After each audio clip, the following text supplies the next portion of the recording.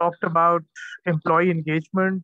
We talked about how it makes a huge difference on productivity and how employees, if they are adequately engaged, then they are able to contribute significantly. Also, we saw statistics in terms of how people are engaged. Some are engaged, some are uh, not really engaged, some are disengaged, some are actively disengaged. So, people who are disengaged or actively disengaged, they tend to be counterproductive for the organization. They tend to be not really useful for the organization. While those who are engaged, they tend to be very useful, and they are generally about 20 to 30% of the employee strength, and they are responsible for 80% of the productivity of the organization. And then we looked at different ways of engaging people, giving them career options, designing very innovative compensation packages, having incentives available. So we looked at different ways that organizations can engage.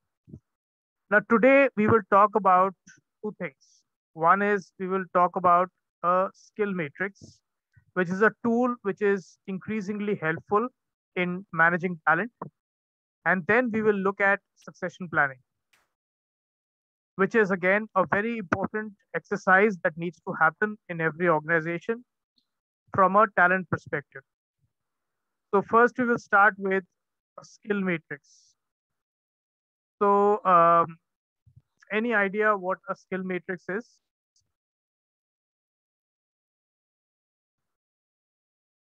I think the different skill required to perform the job that will come under a skill matrix. Okay. Yes, you're right, partly. So let's look at what this matrix is all about.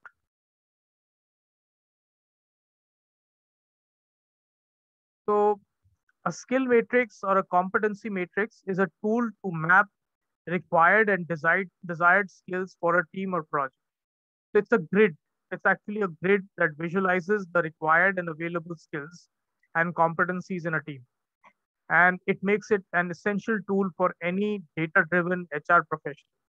So basically, it's like, for example, I am going for a new project or I am going for a acquisition. So the first thing I will look for is that how much money do I have? What kind of a revenue do I have? What kind of internal accruals do I have? The savings, in the organization. So depending on what I have, I will then strategize how much revenue do I need to acquire a company or to sponsor a initiative. And once I calculate that amount and I feel that I do not have that much capital reserve, so I will go for borrowings, which could be a commercial borrowing outside, or it could be routed from some other sources. So, but I will basically look at how much finance I have to take an initiative. Similarly, a skill matrix is when I look at an initiative or I am looking at, what are the things I need to run the organization. I need a certain level of skills, certain kinds of skills, and a certain level of skills, both. So that is where a skill matrix helps me, because then this tool immediately tells me what do I have in this company, what skills do I have in reserve. So here is an example of a skill matrix. So here on the left hand side, you have capabilities, and the capabilities are defined uh, on a scale of 0 to 3. Then you have a interest level. Are they interested or not? You know, and that is also a very important dimension. People may have a certain skill, but they may not really have an interest to work in that area. So you have some individuals, you have 4 people called Jonathan, Alden, Tracy, and Sandra. And you have the capabilities. First is business acumen. So what is the business acumen that Jonathan has? It's 3, which is advanced level. But interest is 1, is definitely interested in applying that capability.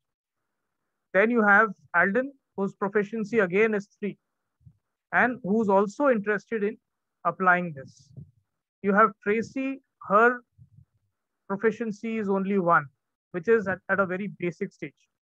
And Sandra is 2. Now, suppose I'm looking for a few people who have very good business acumen to launch a new project. I will obviously go to Jonathan and Alden because they are at level 3. Next is data analysis. Then you have advanced data analysis. Then you have data visualization. Then substantive HR knowledge, IT data warehousing. So you have all these different capabilities in this organization. And you know these 4 people who has what capability. For example, data visualization. And you see that Jonathan is 2, Alden is 1, but Tracy is 3. So suppose I need to visualize data, I will obviously go to Tracy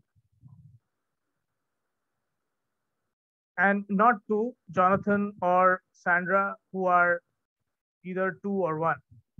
And Tracy is also interested, so she's also interested. Sometimes, for example, you can see that substantive HR knowledge, so Tracy has 2, which is not bad, but her interest in using that knowledge is 0. That means she has no interest in applying it. So therefore, it's not a good idea to go to her if you want some investment in HR knowledge or you want to run an initiative which requires HR knowledge. Does that make sense? Yes. Yeah, great. So let's look at some benefits of what does this. Last grade, sir. Proficiency is understood. What is this interest? Interest to do that work or their commitment level? What? Sorry, can you just be a bit louder?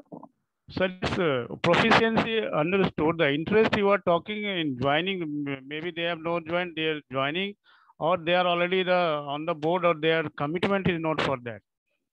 So what is this? Yeah, proficiency is basically how capable they are in that area of work. Yeah, that is okay, sir. Interest level, I wanted. Yeah. Next is interest level. They may know it, may not know it, but are they interested in it? That's a different thing. So you have the interest level captured separately. Okay, is it clear? Yeah, okay. Okay.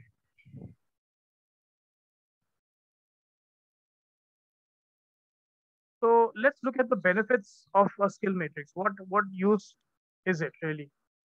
So this is a matrix which helps us to drive performance in many ways.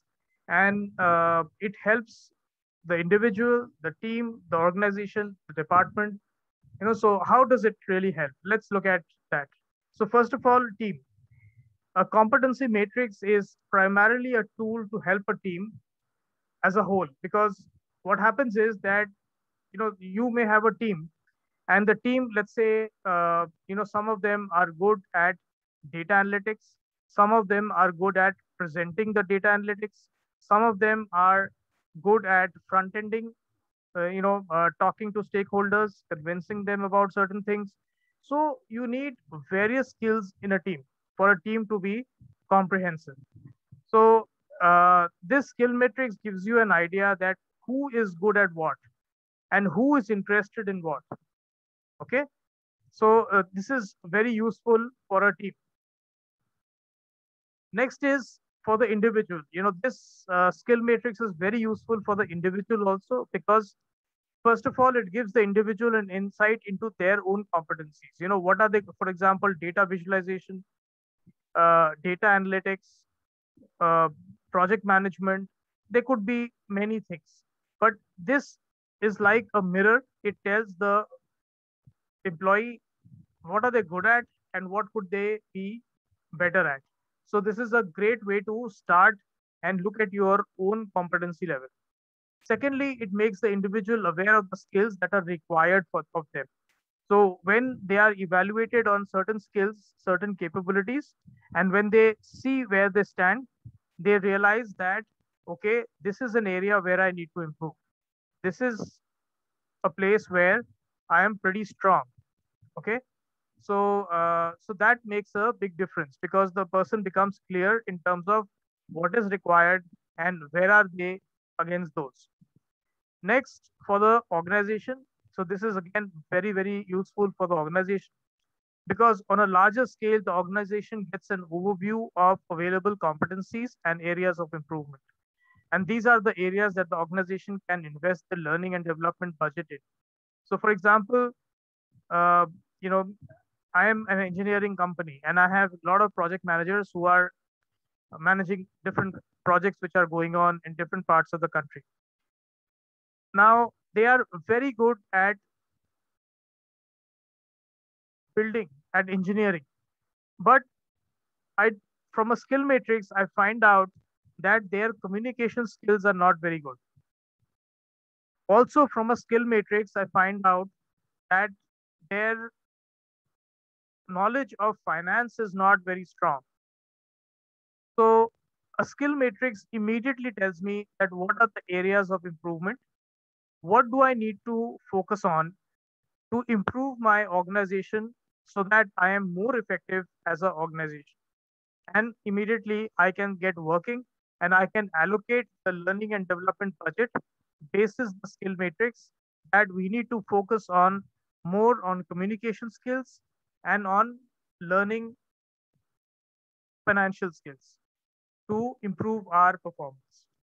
So these are some benefits of the skill matrix. Any questions, doubts?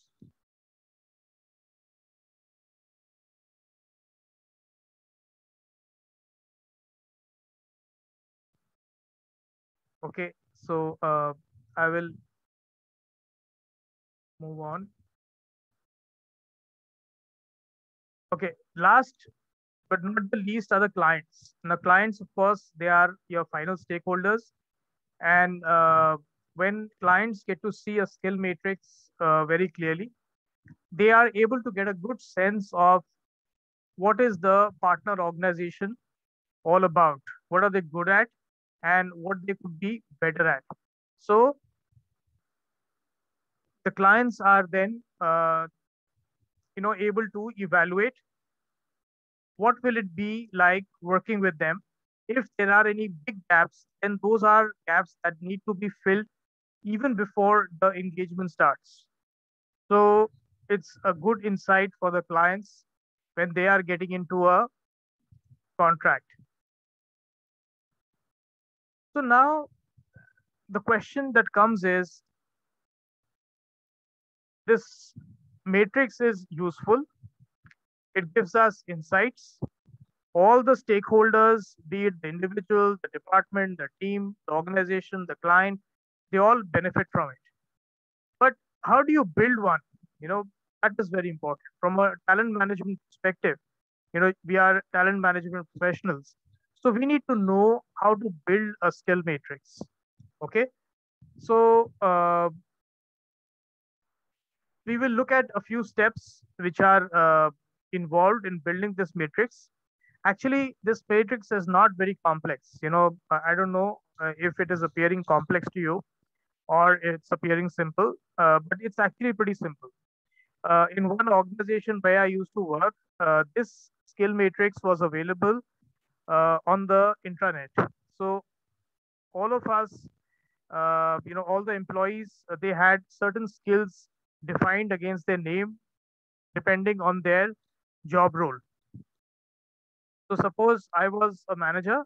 So manager, let's say in the training department. So they had a set of competencies listed against the manager's role in the training department. And then every year, this would be open to you and you had to self evaluate yourself. on a scale of 1 to 4, you had to evaluate yourself. Are you a beginner? Are you aware? Are you competent? Or are you an expert? So you had to evaluate yourself against the skills which were listed against your profile. And then once you submit, the trigger would go to your manager, who would then look at it, and then he or she would also mark you, saying that, okay, this person thinks that she is very good in communication. She's rated herself as 4, but I think she is proficient, uh, but not an expert. So therefore, I will rate a 3 instead of 4. And it was the manager's decision which was final, but there could always be a relook, which is that they could discuss and come back to a separate number also. So first of all, when you are doing a skill matrix, the most important thing is to define the skills which are critical. Okay. So skill matrices are often created by a manager or HR department to improve team performance. And manager wants to evaluate which skills are missing to prevent the team from missing deadlines, internal conflict, or adding costs later on. So it's very important to define what are the skills that you're looking for in this project. Okay, that's first. Next is you have to evaluate your existing team members on each of those skills that you have listed above. And not only evaluate, how do you evaluate? You have to have a scale. A Likert scale is the most common scale, which is it has 5 levels. But you can have, 3 levels or 2 levels, depending on your requirement. But generally, if you have 5 levels, it gives you greater insight when you're analyzing the data. So here, let's say you have 4 levels: no capability, basic capability, intermediate level, and advanced level of capability. So therefore, you can have these 4 levels and you can assess all your team members. They can either do self-assessment first, as I mentioned, or they can straight away be evaluated by the managers or even peers. Now,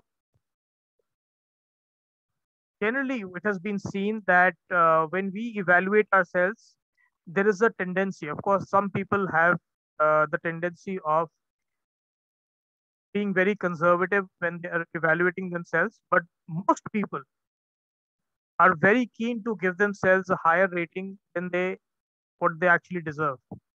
This is known as the Dunning-Kruger effect, which is a bias in our minds, which allows us to think that we are actually more superior than what we really are. So to ensure that this bias does not creep in, you have a self-evaluation, and then that is further vetted by your manager, your peers, maybe even your client. And therefore, the skill matrix becomes relatively less subjective. Is it making sense? Anuragini? Yes, absolutely. Okay, great. Thank you. Somendra? Yes, so just one thing I wanted to know. As per I remember this Dunning-Kruger effect. It says that people always have the doubts about their capabilities, the low self-esteem. And you were saying that this is for the lower level ability, people with lower ability, they think illusory superiority. So There is see, the effect basically is about a wrong bias, which is we are not able to evaluate our skills properly. Okay. Mostly, but in this effect, as I read earlier, so Dunning-Kruger effect says that people have always doubt about their abilities. Though they rate themselves very low. They know, but they don't know. They are not very confident about it. So can you give some light on this? If yeah, see, it is simply a bias which allows us to think either we are superior or we are inferior. Now, there was a study in terms of customer service. And a large number of organizations were asked to evaluate themselves. Are they good or bad in delivering good customer experience? And when they were asked, about 80% of them evaluated themselves much higher than what their customers evaluated them as. So it is basically a bias, thinking that I am either very good or very bad, and not really being able to objectivize that what is the accurate level of reality felt on the ground. Understood, sir. So it could be they are rating themselves very or low, both the cases. Yeah, it's basically a bias which allows you not to be able to evaluate yourself objectively.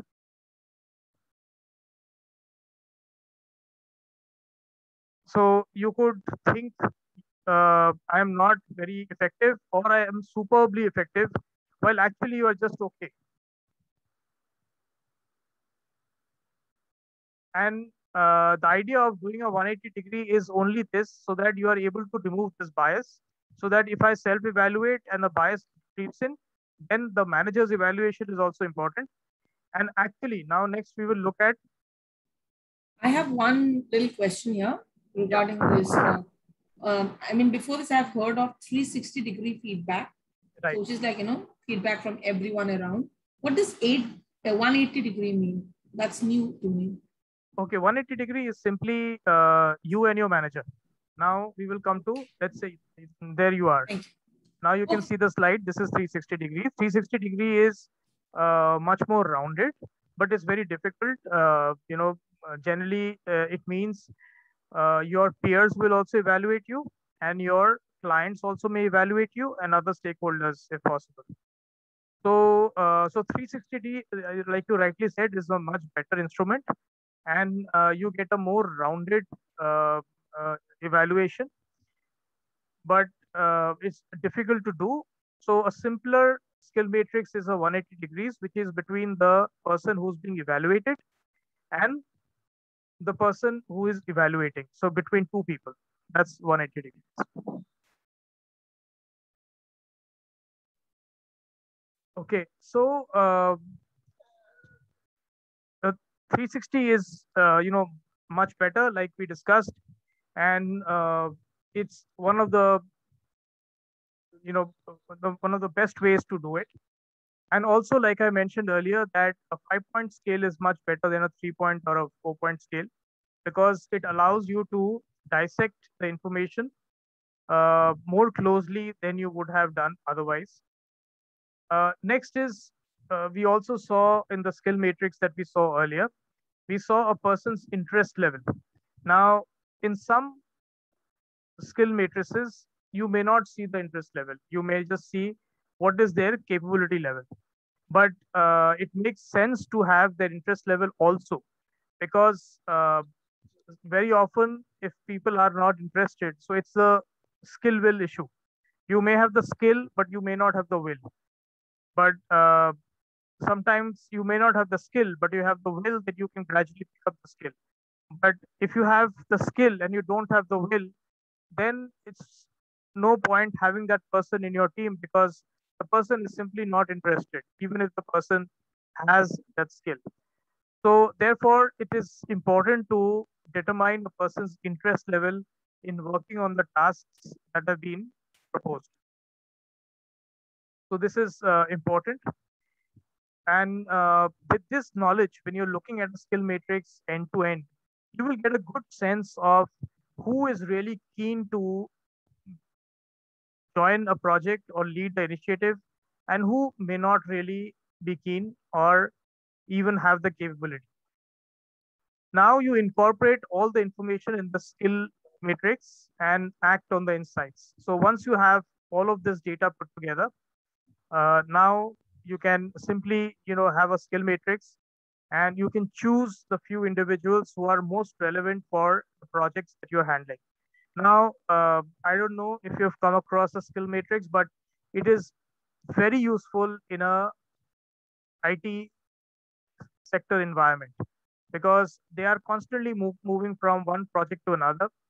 And the skills that are required in the projects are also different. For example, I may need a programmer in Python. I may need somebody in C++. I may need somebody in Visual Basics. So a skill matrix will immediately throw up names who have the relevant skills. And then you look at their interest level, and then you look at their availability. And if they are available, then you quickly align them and put them in the new project. So this is very useful in an IT environment, but it is useful even in a non-IT environment.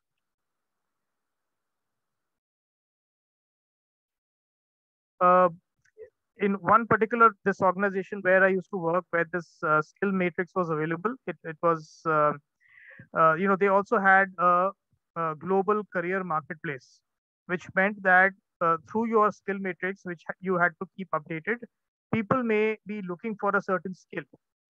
So once it so happened that a team in Argentina was looking for a very niche skill or a very specific skill, and they found that in one of our team members in Gurgaon, and this person was aligned and actually got an opportunity to travel to Argentina to help with that project. So it's really useful. The team in Argentina found this skill, and this person got an opportunity to go to Argentina and work on a particular project, and got a lot of experience which this person otherwise would not have got.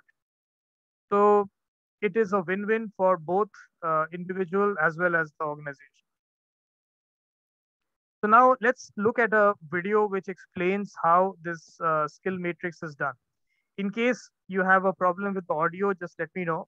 Okay, I'm just switching it on.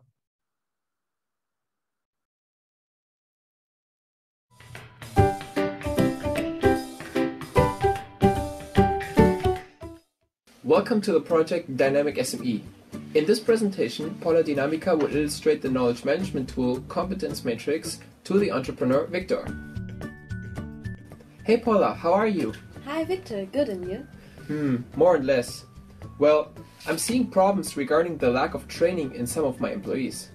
On the level they are operating, my employees are supposed to have certain skills in order to do their activities efficiently. However, I have come to know that some are lacking of these skills. What can you offer or recommend me to do?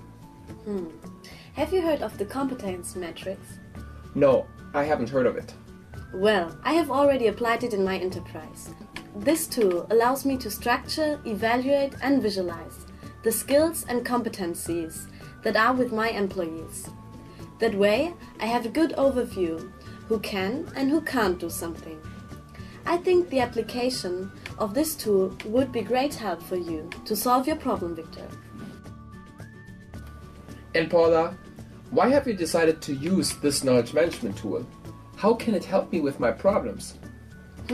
Well, I decided to apply this tool because I was in the situation once that an important employee who had the task to run and maintain the enterprise homepage had to leave for several months.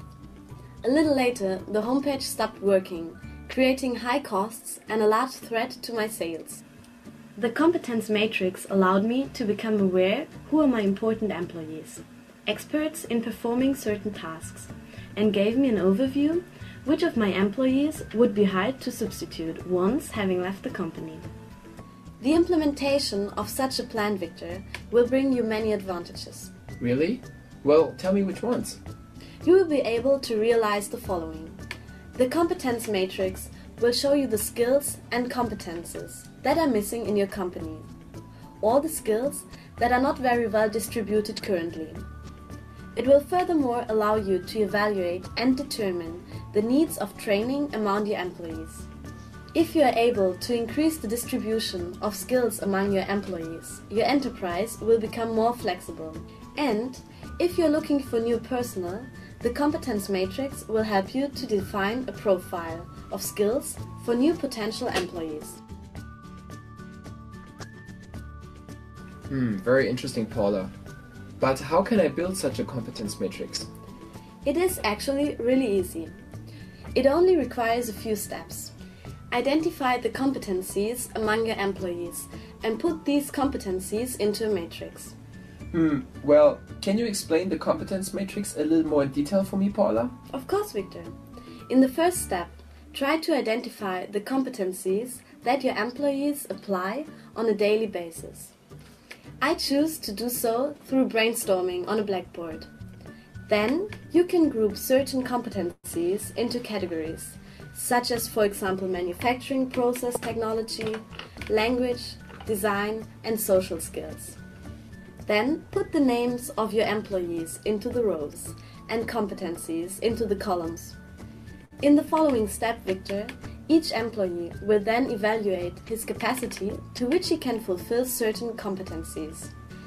My employees are classifying themselves by putting 3 pluses if they have a very good capacity in performing these tasks, 2 pluses if they can perform a task independently, and 1 plus if they are still learning how to apply this task.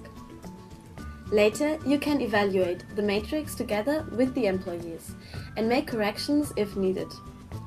Once this step is finished, looking vertically, you will be able to analyze the capacities of all employees to perform a certain task.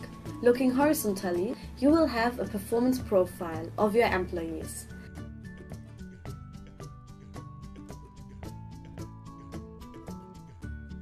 Wow, this tool is indeed quite easy to use. Well, since you have been applying this tool in your enterprise for quite some time now, what are key aspects to keep in mind? What do you think is important to keep in mind when implementing a competence matrix? One key element is that you should avoid gaps in knowledge.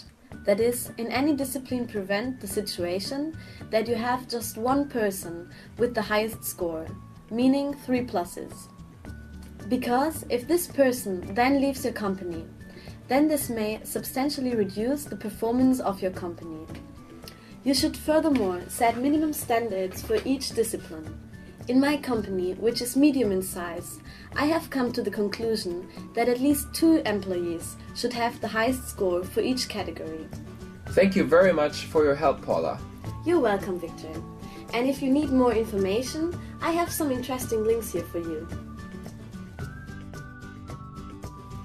Or you may also access the information on the homepage of Dynamic SME, which also helped me to implement the knowledge management tool.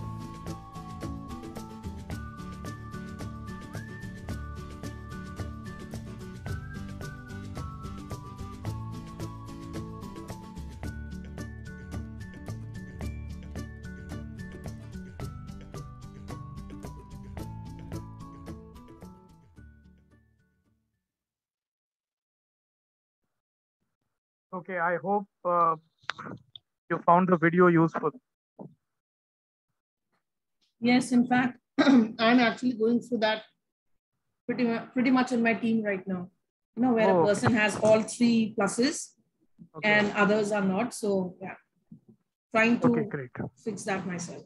Okay, wonderful. Where do you work? I work with policybazaar.com. Oh, wow. Okay.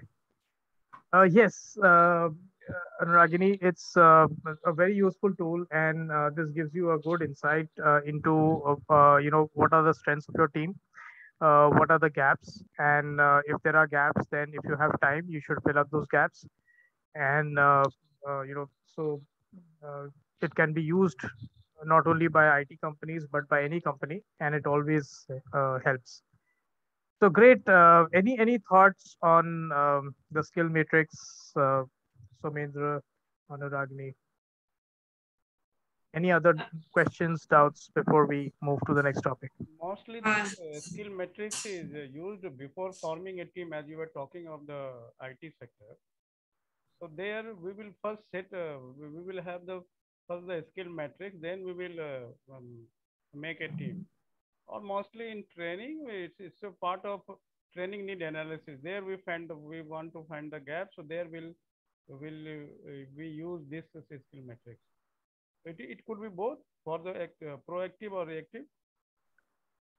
Actually, the best way to do it is that you should have this data updated at a certain frequency. Now, when this data is updated, on a annual basis, let's say January, February, this gets updated, and it stays updated rest of the year. So when you are starting a project, or you are planning your learning and development interventions. So this tool is very useful then. For example, I have a training budget and I'm thinking of which are the key modules that I want to implement this year.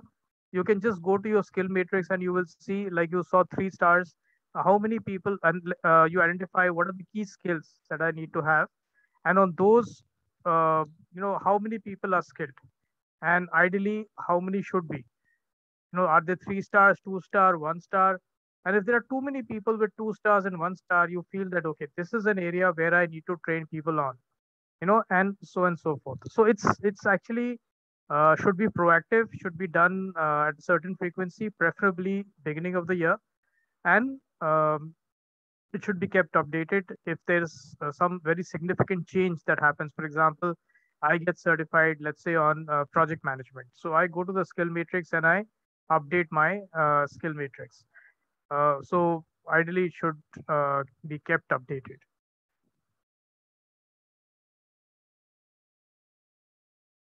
So most of the companies, I think FMCG companies and all, pharma companies, Hmm. during the appraisal time, Yeah. this matrix is utilized. Right. And that is the basis of the training calendar for the next year. Absolutely. Okay. Absolutely. Generally, unfortunately, people don't use a skill matrix. They use more of a TNI exercise, training needs identification. And typically, there is a survey or people fill in their performance appraisal, self appraisal, and you can, on the system, you can pull out the trainings that they have listed which they want. So, generally, the training budget is decided based on the self appraisal as well as the inputs that people give in surveys, in TNI surveys. But ideally, it should come from the skill matrix. So wherever there is a skill matrix, then you don't need a TNI survey. You don't have to spend money and effort and energy on TNI surveys. You can just pull out the data from a TNI from a skill matrix. Okay, great. So I will now move to the second part of today's session, uh, which is succession planning.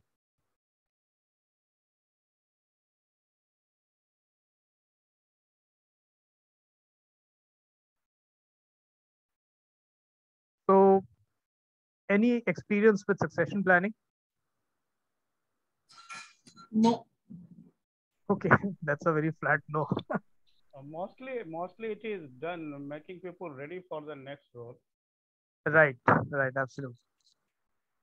So it has many uses, but basically what it does is, you know, there are many businesses where we just continue to just work the way we are supposed to work, but there can be a lot of challenges to business continuity.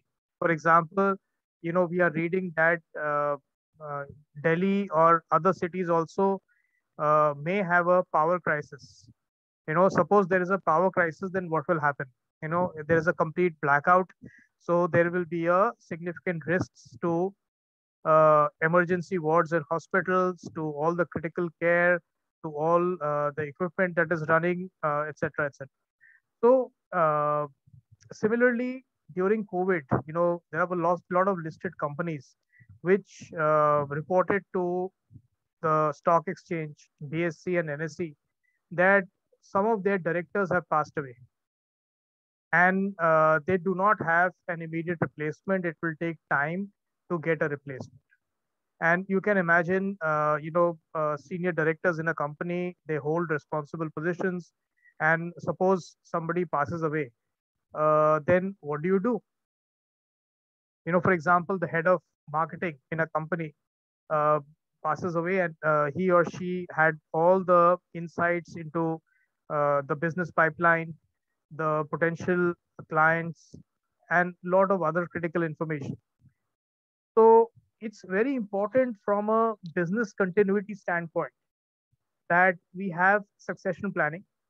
We ensure that, first of all, we identify which are the important positions in a company. And then we also ensure that if these are the important positions, then suppose something untoward happens and this individual who's there in that position, she may not be there tomorrow. She may leave the organization, she may fall sick, she may, unfortunately, like in COVID, we saw people passed away. So anything can happen. And you would not, as a responsible organization, you would not want to leave these kind of critical positions unmanned. Nobody there, position lying empty. There is a big risk.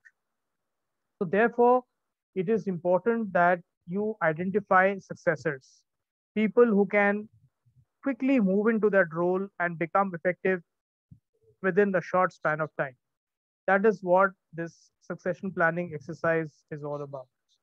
So here is, you can see on a screen, if you had to name someone as CEO immediately, would you be able to do that? So more than 50% people are saying no, they can't. And this is from uh, a consultant, Heidrick and Struggles. They are well-known consultant based in California. So you can imagine, and they are talking about largely mature companies. So they are mature, but yet a majority of them don't have any replacement for their CEO. And CEO is the most important position in a company. So you can imagine, what kind of succession planning is happening in smaller companies and at smaller levels than CEO. Obviously, uh, probably there is no succession planning that is happening, and therefore companies are running a risk by not having uh, a succession plan. So you can see a pie diagram over here: succession readiness among leaders, direct reports. So somebody who's a CEO, is there a readiness among their direct reports to take over his or her position? So only a smaller percentage is ready, while most would be ready in about 12 months. And some would actually need more than 12 months. So you can imagine critical positions like CEO, CMO, CFO, they would lie vacant for 1 to 12 months or even more than 12 months because there are no internal successors for those roles. Of course, you can hire talent from outside, and getting talent from outside has a certain risk. It also has a certain benefit. But this is, here we are talking about channeling your talent from inside the organization. And when you do that, these are some challenges people are not ready. So this is the ground reality. Now, what exactly does succession planning involve? Is it so complex that people are not ready with this? So it's basically simply a process of identifying, developing, and then transitioning potential successors for the company's present and future key roles, aligned with the talent ambition of your current employees and talent network. So basically, that's so if we start from the bottom of the pyramid, first is you have no succession process, and it may include identification of successors for executive level only, so at very high level. Next is you have replacement planning, and approximately 15% of organizations today function at this level, which is they have some sort of a thought about, if this person goes away, then who will take his or her position. Then you have traditional succession planning, where 52% of the organizations operate at this level, and they kind of have some vaguely they have this idea that, okay, if this person goes, then this person takes over. About 12% of the companies have integrated succession management, which is, uh, they have fairly good ways of identifying those people, training them, and then getting them ready to take over the role. Last but not the least is the transparent talent mobility. And there are no organizations which really have a transparent policy which clearly identify people, groom them, keep them ready, and even announce it. They are transparent about it. You can imagine if you make it transparent. It requires a lot of organizational maturity to be at this stage of transparent talent mobility, because you cannot have at every level somebody who's sitting next in line and saying, okay, this person is being groomed to go to that next level. Immediately, let's say, uh, let's say we have a CEO, and the CEO has about 12 people reporting into him. Out of the 12 people, one person is nominated as the successor. So what do you think the motivation level of the other 11 will be? High or low? Highly demotivated. Yeah, absolutely. So they will be demotivated. They will say, what the hell? Why am I working over here? That fellow has already been announced as your successor. I should go and explore opportunities outside, and so on and so forth. So there are very few organizations which have a transparent policy of saying that, okay, this is the next in line. This is the person who's being groomed. Only in family held companies, you have, the father and then the son being prepared for take over the father's role. For example, in Wipro, we see that Azim Premji is gradually retiring. He is moving over to handle his, large charitable foundations, while his son Rishad is taking over gradually. So we know that Rishad is groomed to be the CEO and the chairperson of Wipro as Mr. Azim Premji moves towards retirement. But that is not the case in publicly held companies, which are owned by shareholders and banks. So there it's not easy to have this kind of a transparency. Okay, so moving on, some more statistics. So what is the problem? Why succession planning is not very prevalent or is faces challenges? So one is that it's insufficient internal management bench. So there is not enough strength within the organization who can basically ensure that these people can take over, or the cost of replacing key employees from outside the organization, uh, that is high, and people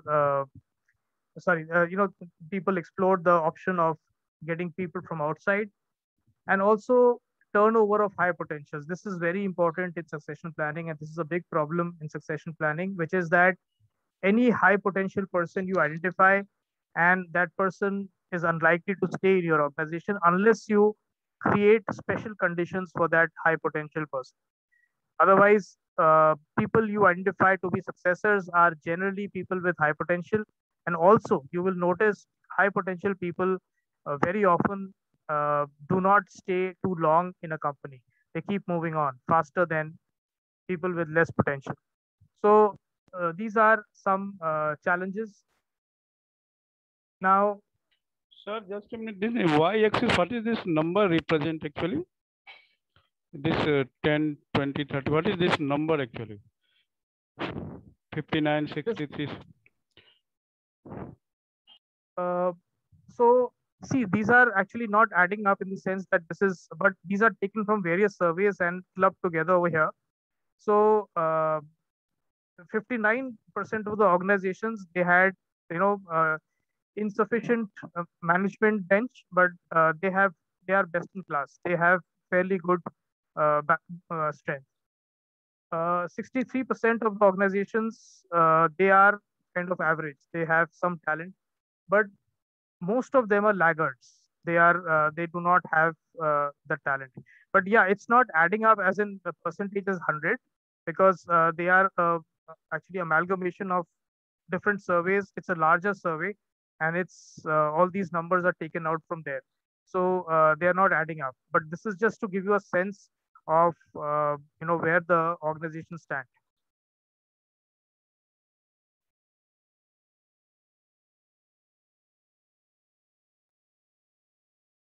Okay.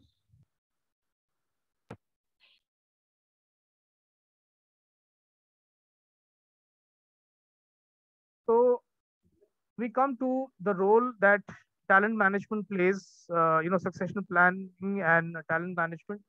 So uh, where talent management comes in is that first of all, you need to assess the talent that you have. What kind of talent does the organization need, and what do you have? Is there a big gap between them? If there is a gap, then how do you address that gap? Okay. So when you look at your talent aspirations, who are your key leaders? What are their career aspirations? What do you need to do to retain them? And do you have successors in the pipeline? So first of all, identify your uh, top talent, which is again a very important part of talent management. You should be aware of who your top talent is, your top 5% or top 10%, ideally top 10%. So you should know who those top 10% people are, what are their aspirations, how can you retain them, can you have a fast track for them.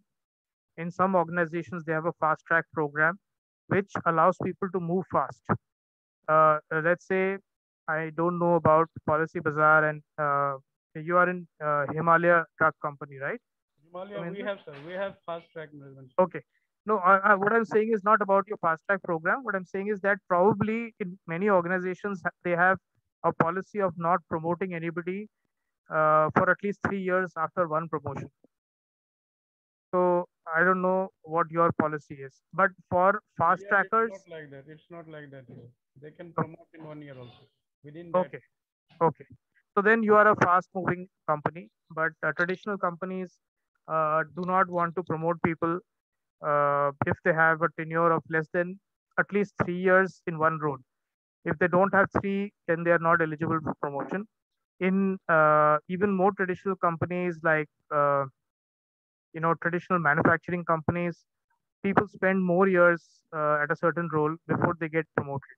In flat companies like Japanese automobile companies, sometimes people spend about 10 to 12 years in one particular role before getting promoted. But probably it's good to hear that in your company the fast trackers get promoted within a year or 2 years. So that is the sign of a very uh, you know a company which is kind of fast moving, like a startup. Startups are very fast, they are very nimble, while old companies are very slow, and they do not want to promote people that fast.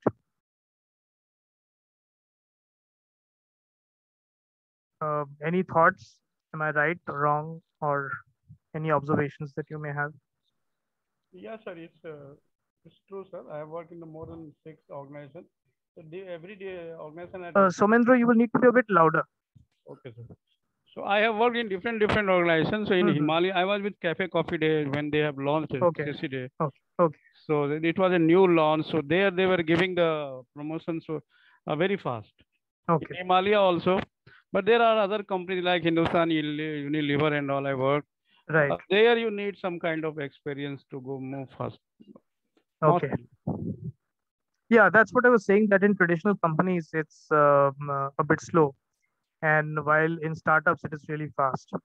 How is it in Policy Bazaar, Ragini? Well, here too, promotions can happen sooner than 3 years as well. There is no such definite timeline which says that no promotion before 3 years. Okay. Okay, great. So, so next is selecting the right talent. Are we attracting the right talent to meet our current and future business objectives? And you should have, just like in business development, you have a pipeline of potential clients. Similarly, from a talent management perspective, you should have a talent pipeline. You would see in cricket, in football, they say that they have a batting lineup to right down to the last person, which means that the batting talent is so good that even the last person who will come in will be able to bat and score runs. So that is the kind of talent pipeline a good company has. That anybody they bring in, if out of the top 10 people, anybody is good enough and able to take up that role. So that is the kind of depth that a good talent pipeline has. And you can also identify expertise from outside the company. People do targeted uh, headhunting. So when you do targeted headhunting, you know that there are these three people in three of my competitor organizations who are very good, and I may want to get them on board. So that is talent selection. And then sometimes it so happens that they may or may not be ready to take up assignments immediately. In case there is a small gap, you may want to have a training intervention. You may want to groom them. So in one company, the India, the country had left, and they did not really have anybody immediately who could take over, because there were two people who were in contention. One was the north head and one was the south head, but uh, both of them had problems in the sense that they were very good with business numbers, but they were not very articulate when it came to interacting with clients, or very convincing, in terms of putting their points across. So both of them were sent to a top B school for a program which helped them, which groomed them, which helped them, and they came back, and then eventually one was selected to head to become the country head. The other person was obviously very disappointed, but that other person was given an assignment abroad, so the other person also kind of was happy. So talent development is about how do you groom people, how do you train them, and also you have to look at the softer dimensions. Like this person was sent for an opportunity outside because this person could not be, uh, uh, could not take over the country head position. So these are some of the activities that are involved in succession planning. Now, some key elements, like just a reiteration of the previous slide, that you identify the key positions, identify key talent, assessment of your key talent, grooming and development, and then support them through the transition. So basically, it starts with the key positions being identified, and then you have what we have just discussed.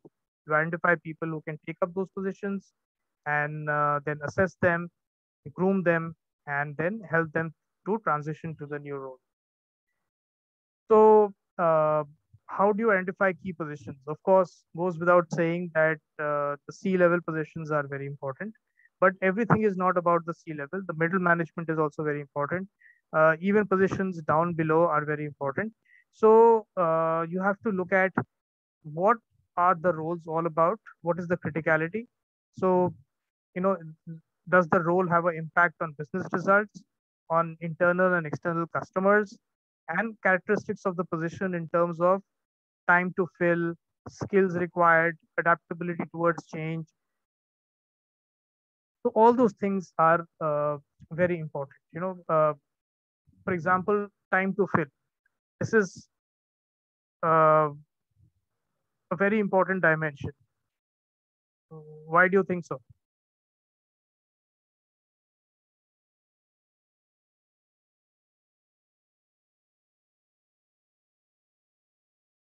Any thoughts? Time to fill? Critical positions cannot be left vacant for a longer period because they have a lot of impact on the business. So it needs to be filled ASAP. Right. Also, sometimes in some positions, it takes a lot of time to fill those positions because those are rare and not easily available in the market. So once we needed a certain profile who had who was a master trainer in a software which is used in engineering and construction. I'm forgetting the name of the software, but we had to ensure that this skill comes on board very quickly, and we just couldn't find anybody who had the skill. Finally, we found somebody. This position was required in Hyderabad, and we found somebody who was in Mumbai and was not very keen to move to Hyderabad. So after a lot of persuasion, negotiation, and giving a very high package, this person finally moved. So the time to fill that position took quite a lot of time to first identify and then convince. So therefore, these positions all the more important that you identify the critical positions and then ensure that you have a talent pipeline. And next is retention. Doing all this is pointless if you're not able to retain the talent. If there are a lot of people I hear in the organization, that we will get the best talent. We want only the best talent. But it's also important for every organization to understand the best talent also needs to come to you. You cannot just expect the best talent to walk into your doors. You also need to have the right environment to ensure that the best talent will stay with you. And very often companies are so drunk with power that they feel that, oh, everybody will come to me if I give them a good salary. That is not necessarily the case. If the company environment is not very good, then the top players may not want to stay in the company. So therefore, the retention of an employee, of a critical employee, is enabled not just through good compensation like we saw last time, but also through the culture, the ecosystem that is there in the company. That is also very important. So therefore, retention is a big challenge, and one has to do the right things to ensure there is retention in the for the key positions. Now, I hope you would remember that we have done this 9 blocker or uh, this particular matrix on performance and potential. So this is commonly known as the 9 blocker because there are 9 blocks, and you have on x-axis and y-axis you have potential and performance. So generally companies evaluate people on performance, but if you evaluate people on performance and potential, then you get a greater insight into the capabilities of your team members. So this is something that you can use very usefully. So you can see that the beige colored boxes, which are high potential, medium performance, high potential, high performance, medium potential, medium performance, and medium potential, high performance. So these are the 4 key boxes. And what is being recommended is you prepare people who fall in these boxes for future roles, for bigger responsibilities. People who are, in the gray boxes, uh, the 5 boxes that you have on the side and below. So the idea is that don't focus on them for future roles. When you're doing your succession planning, use this 9 blocker tool, very useful tool. You can plot your team on this tool, and you can actually not only plot your team, you can plot your entire organization. Like the skill matrix, you can use this and see where people stand. And uh, don't try to do this individually. Ideally, if you get a panel created, the panel will put people in these boxes, and these 4 boxes that we are talking about, where when people fall in any of those 4 beige colored boxes, you can groom them to take up higher roles. Does this make sense? Again, in this box, there could be some priority basis, now, because medium potential and medium performance, it should be on the list priority. First, yes, high you're potential absolutely right. Yes, absolutely right. If we have to prioritize, then we should. Can you see my cursor? Yeah, sir. Yeah. It's moving. Okay. It's moving. Yeah. So this is the box which is known as the inverted L. Okay, like this is a L and it's an inverted L. So this is the most important box. This is where your top performers are, who are high on potential, high on performance, and they are your best. But generally, these are only about 5% of your company, or 10, maybe 10%. And you may need a bigger headcount for your pipeline. So then you will come to, high potential, medium performance, medium potential, high performance. So both these are then the next steps. These are the next 2 boxes. And like you rightly said, this is the 4th, which is medium potential and medium performance. But they are people who can be groomed because they have potential and they have fairly good performance. While the other five are, they are low in one thing or the other. So you may not want to invest in them. Of course, there can be exceptional situations, but largely you may not want to invest in them. So in focus should be on these four boxes.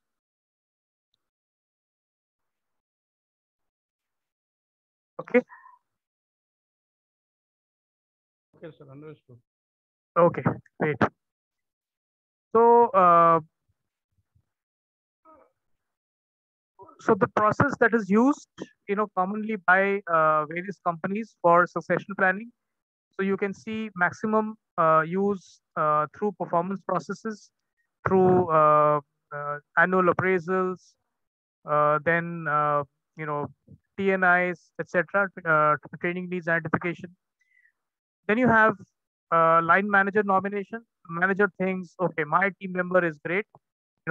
He or she is ready to for the next role or should be groomed for the next role. I had a nice manager many years ago, and whenever there was a potential opportunity, he would send my name to for growth, for assignments outside India. So so that kind of really helps if you get line manager nomination, but that may or may not, that's slightly subjective, and may or may not be the best way. One of the very good methods is the assessment center. So in assessment center, it's a fair and objective way of assessing talent. Uh, any experience with assessment center, Somendra, Anuragini? That's again a flat no. Okay. Okay, no problem. But it's a very simple thing actually. What happens really is that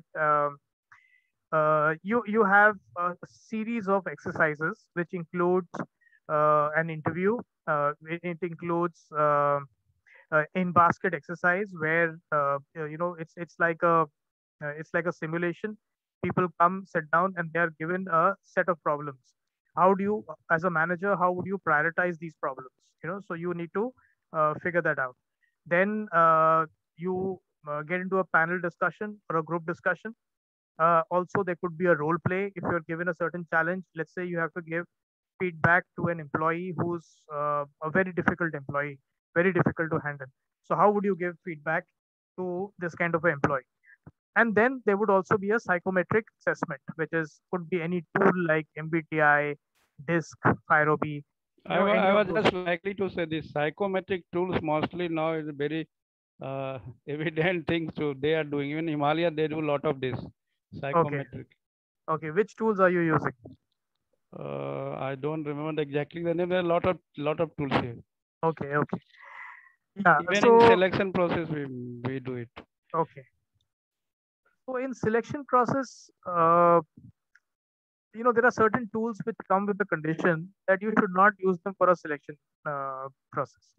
You can use them for developmental purposes, like if an employee undergoes a psychometric tool, then what are the areas of improvement, and you can give feedback, you can give training. But some tools like MBTI should not be used for selection. That is the condition of the tool, but unfortunately, it is used for selection. I don't know which tools you are even using. During my selection, I just don't remember the tool. Even during my interview selection, they have done 2 psychometric tests. Okay. And also we keep doing these things in the final performance, final promotion basis also. Okay. So yes, there are many tools. For example, I had joined a company where the moment I joined, the part of the joining formalities along with induction was they wanted me to go through which I went through also, a test called PAPI. So PAPI basically is a forced choice question, and you can't say that if you are given 2 alternatives, you can't say that I don't agree with either of the alternatives. You have to choose one alternative even if you don't agree with it. And and then that graph which comes out, they tell you that okay, these are your strengths, and these are areas where you can improve. But they don't say that we are selecting you or not accepting you on the basis. It's just used as a developmental tool, so that they create your learning path partly based on this tool. The next 6 months, we will give you this training on this topic, and you will undergo this many hours of training. So that was all. But here, the assessment center basically allows you to assess people if they have certain criteria which you may be looking for. For example, thinking on your feet, being resilient, being emotionally intelligent. These are things which people look for when people are being identified for a fast track program or for a succession Sir, we plan. use Firovi. I just came to know Okay, Firovi. very good. Yeah. And even So, graphology is also done in Himalaya for some critical positions. okay. Graphology, signature analysis. Okay. So they have given to me also one page. They will tell you to write something, and then they analyze. So did they give you a report how you are? No. They don't give any reports. If you are selected, then it's okay. Okay. So that means they didn't find anything wrong with you. Yeah, maybe. Now they are finding a lot of things. At that time, at the time of promotion, they are finding. At the time of selection, it was okay. Okay. Best of luck for your promotion. Thank you. Thank you. Yeah. So actually, yeah, graphology. I'm not sure, but yeah, there are a lot of organizations which really believe in graphology, and graphology is something very technical. And but yeah, Firobi is used regularly, and that also gives a good sense of how you would get along with your fellow colleagues. Then you have self-selection. People nominate themselves, and last but not the least is financial measures such as target achievement, the sales that you have done, the revenue that you have grown. All of that can also be a criteria. Okay, so we will just use two examples of these are two companies I'd worked for, IBM and GE. So I will just share examples from how it is done in IBM and GE. So IBM uses a network of executive resource program managers, or ERPMs as they're known. And so what these people do is they review open positions and profile to assess what are the needs, what kind of profile do we need, what kind of gaps are there. They understand the executive needs, identify what are the development opportunities. They use talent and job searching tools to match the candidate to the jobs. Then they work with resourcing executives to craft a candidate slate. And then whichever, the skill matrix which I was talking about, that is very active in IBM. So they can use the skill matrix to find out if I'm looking for a certain skill, certain experience, certain seniority. All that can quickly come from just one command in the skill matrix tool. And you get all the people who qualify for that. And you take and their updated resume is also available in the skill matrix. You just download all of that and then give it to the manager who is looking uh, for that profile. So next is an example from Johnson and Johnson. So they use something like your uh, potential and performance matrix, which we saw, the 9 blocker. So they plot people, people who are high on performance and high on potential. So instead of having a 3-level scale, they just have high and low. They don't have medium. That's why you are seeing it in a 4-box grid rather than in a 9-box grid. So people who are high on potential and high on performance, they are known as the growers. So high potential, high performing executives in need of development assignment. Then people who are high on performance but may not be high on potential, they are known as solid performers or keepers. And they are people who are then matched to their level of accountability. So you have the movers, who are people needing reassignment based on suboptimal performance. They need to be moved to some other responsibility because they are not performing very well. And people also who are low on performance but maybe high on potential, they are also put in the same category. So basically, it's again plotting your people and deciding who are the people who are ready to be moved. So you can see that you don't see any one over here because one is rated as unacceptable and they are just not even plotted. They are, I think, exited from the company if anybody gets rated as one. Now, generally, when it comes to succession planning, GE used to be regarded as the most successful company in terms of succession planning. GE was also regarded as the engine which provides CEOs to corporate America. Many companies in America are today run by people who grew up and learned business in GE. So what do they do? They basically uh, the individual resume and self-assessment. Complete one-pager resume, career history, etc. That is put over there. The chronological, in-depth, structured interviews happen in terms of structured interviews. You can make out they are competency-based interviews. What did they achieve? What did they fail to achieve? Why? What are they doing to change that, etc. Detailed performance appraisal, and then latest career potential assessment. So these are 4 detailed documents that are available for all the important people in the organization. So you can see, assessment of key talent at GE.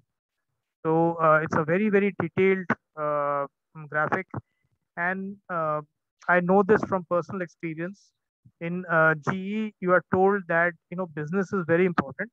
You should spend time on discussing the revenue of the business, but people are even more important, and you should spend even more time discussing the high potential people in your organization. So therefore, you can see that if you look at the graphic over here, the person's name is Bob Young. He's the vice president, power generation engineering. So you can see his detailed background experience, his promotability, whether he's promotable or not. A trend is upwards.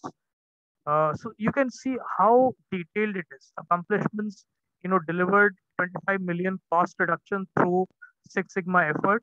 Expects 46 million in 2001. Eliminated management layer. New power system study contracts in Turkey, Pakistan, China, Japan. So it's a very, very detailed, 360-degree data you can see on the right. You can see my cursor on the right, 360-degree data, and leadership ability evaluated against corporate standard, not requirements of specific role. So this is against corporate standard. He has been evaluated. What are his development areas? You can see strengths. These are his strengths: superior technical skills, broad industry knowledge. What his development needs are, where he needs to improve, can be perceived as micromanaging, needs to find ways to drive change while modeling the values. Involvement in commercial strategy with support interest. So he needs to be more involved in commercial strategy. Plans and action, global, uh, you know, business management course, meet with reports, discuss 360-degree issues, etc. So you can see the level of detailing that goes into any key individual before that person is considered to be ready for the next role. Okay. Then you have IDPs or individual development plans, and they are taken through various rotations, job rotation, 360-degree assessment, managerial leadership development program, launching of new business, international assignments, career discussions, executive mastery courses, and one-on-one executive networking. So it's the 70-20-10 plan. basically learning on the job.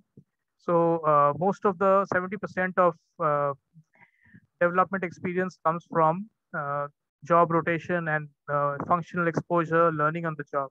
Performance-based feedback comes 20%, and then classroom training or e-learning comes from managerial leadership development programs, business unit functioning, executive mastery courses. So these are very detailed individual development plan, and this is something which happens for practically everyone in GE. Now this is Shell.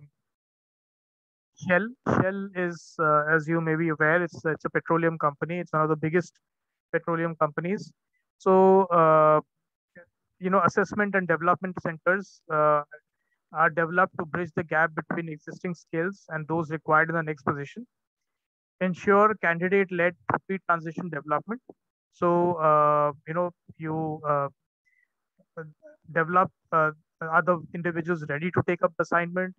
Are they keen? Are they interested? All that screened, and then senior faculty members and managers are involved to ensure that development is realistic and supported, and then manage external entrant expectations. If people are not filling the positions internally, then you scout for talent outside and manage the expectations from for people who come from outside. I'm not sure if I had shared an example, but in one of the companies I had consulted for, it was a major Japanese car maker, and they had decided to get talent from outside. They were very keen to get people from other industries, and they hired some managers from the best banks in the country, like HDFC, Axis Bank, State Bank. Not State Bank, but Axis Bank and HDFC and Kotak. So those people came in and they joined the company, but almost all of them left within 2 years. And so it was discovered that these people who came from banks, they were not kind of initiated into the culture of the Japanese car company properly. So they came from a service environment. First of all, they were not comfortable with a manufacturing environment. Next, the Japanese company, the hierarchy is flat. Even the senior vice president sits on the floor along with the assistant manager, along with entry level executives. Only thing is the senior people get a workstation in the corner, while rest of them get on the floor. Everybody's on the floor. So they were really taken aback. Senior managers, AGMs, they had come from the bank and they left when they saw this culture and they could not adjust. So they were not properly groomed to take over the responsibilities for which they had identified. They were just brought in and allowed to carry on their own. They needed some special attention which was not given to them. So that is very important when you are bringing in people from other companies, or even more important, from other industries. Then you need to make sure that those people are brought in, made comfortable, understand the logic of your culture. Like in a manufacturing environment, you cannot be working in a silo. Everybody is interdependent. Everybody is working together.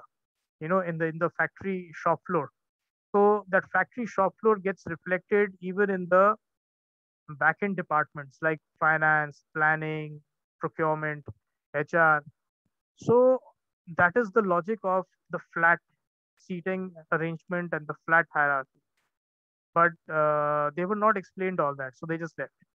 So this entire succession planning exercise, which the automobile company had planned, that failed, and so they had to go back to their internal talent.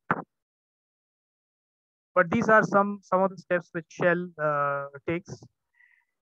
So an effective checklist would be that you ensure succession management is really owned by business leaders, rather than just HR. Sometimes people think, "Arey, ye to HR ka problem." But very often people have a habit of saying that this problem belongs to some particular department. But there are certain problems which are generic and have to be owned by everybody. So it is not just HR's problem. So the business leaders have to be keenly involved in succession planning.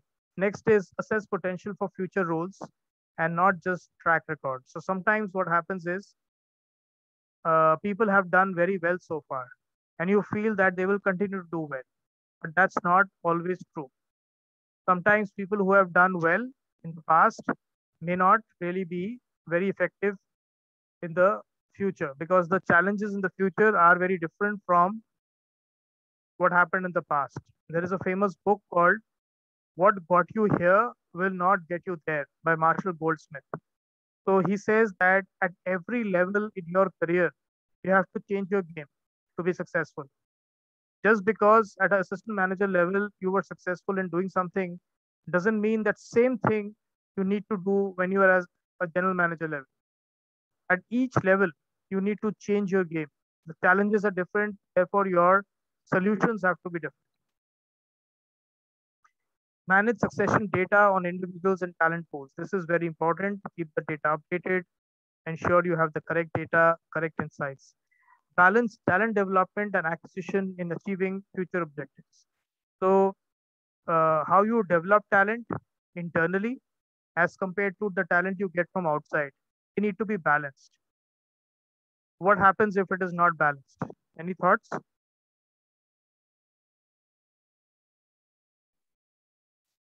Depending more on the external sources will lead to a lot of cost to the company, and there is a risk also involved into it. Retention, mostly the retention part. Yes, and also people internally may get demotivated. Yeah, demotivation will be there for internals. Yes. Good. Demotivation. Yeah. It happens. Yes, unfortunately, that is there. And any organization needs to give preference to their internal talent before getting talent from outside. Next is develop the process, tools, and organizational capabilities necessary to effectively implement and sustain the system. So this is again very important. It should be done objectively. It should be done using clear, transparent processes. Because if people feel that there is lack of fairness in succession planning, then that will create a lot of demotivation and unhappiness. So it should be as transparent as possible. It should be process driven and not people driven.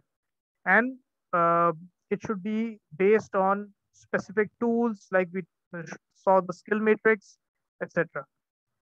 Okay. Last but not the least is integrate succession planning systems into your other business and HR systems. So integrate this into your performance management, integrate this into your talent pipeline, integrate this into your manpower planning. So if you integrate succession planning into all of these exercises in your company, then it will really be a genuine and effective part of talent management and give you the results that you expect. If it is a standalone activity, then it will never be effective.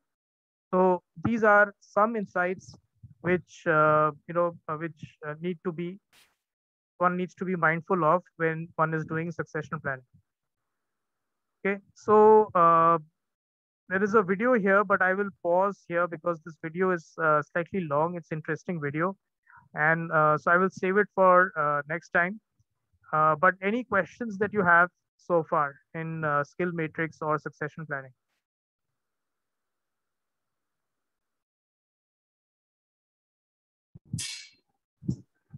Not me.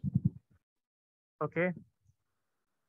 No, sir. It's okay, sir. We have understood it well, sir. Thank you, sir. Okay, great.